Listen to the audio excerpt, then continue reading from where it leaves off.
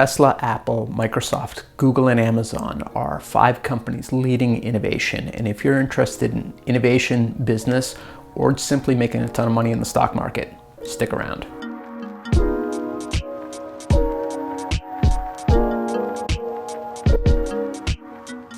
First, let's start off with the premise, and that is that customer-centric companies that innovate tend to outpace and outlast companies that don't. Is that true? Well, a team out of MIT did a study looking at corporate ideation software. This is kind of a very expensive suggestion box. And looking at the software, they were able to see what percentage of ideas that are suggested to a company are actually acted on. And what they saw was that companies that were implementing the ideas of their workforce, implementing those small changes of innovation, were the ones that were actually outpacing their competitors. Over here you can see, when you look on the left, there are a few ideas that are implemented. So you have some companies that are winners, some companies that are losers, but a pretty even distribution. Whereas if you look at the right, there's literally no companies below the line. The more ideas that are implemented, you see a direct relationship to the success of these companies. And that's really telling when it comes to innovation. Now, a suggestion box is a good idea. It can lead to lots of small improvements across the company. The key is that this is decentralized innovation. It can happen across multiple aspects and multiple business units across large companies. And that's really important when you're talking about companies that are large enough to be in the S&P 500. But what does this have to do with Microsoft, Apple, Google, Amazon, and Tesla? Maggot? Taggit? Tagma? We'll get to that. If you look at the S&P 500, it's a list of the 500 largest companies. And what's interesting about the S&P 500 in particular is that the tenure of the companies that are on that list has been getting shorter and shorter. What that really means is that it's harder and harder to stay on the S&P 500 list. Why is that? Large reason is innovation. To stay on the list, you constantly have to reinvent yourself, and there's more and more competition for those top 500 spots. So companies that are slow to innovate, unable to adapt with innovation in the marketplace, new technologies, new ideologies, new methodologies, new economic situations, have a hard time staying on the list and keeping up.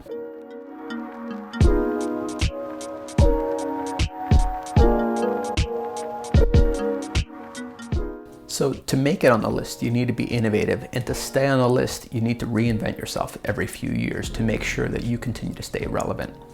And that brings me to my list. Tesla, Apple, Google, Microsoft, and Amazon. Now, for many years, there was another acronym that became popular called FAANG. Facebook, Apple, Amazon, Netflix, and Google. And Google's actually Alphabet. FAANG. Anyways. If you look at the S&P 500 and look at just 4 companies, Facebook, Apple, Google, and Microsoft, they represent about 20% of the entire market cap of the S&P 500. So they're incredibly influential. Now, why did I leave Facebook off my list? Well, if you remember, I said it's really about customer-centric companies that innovate.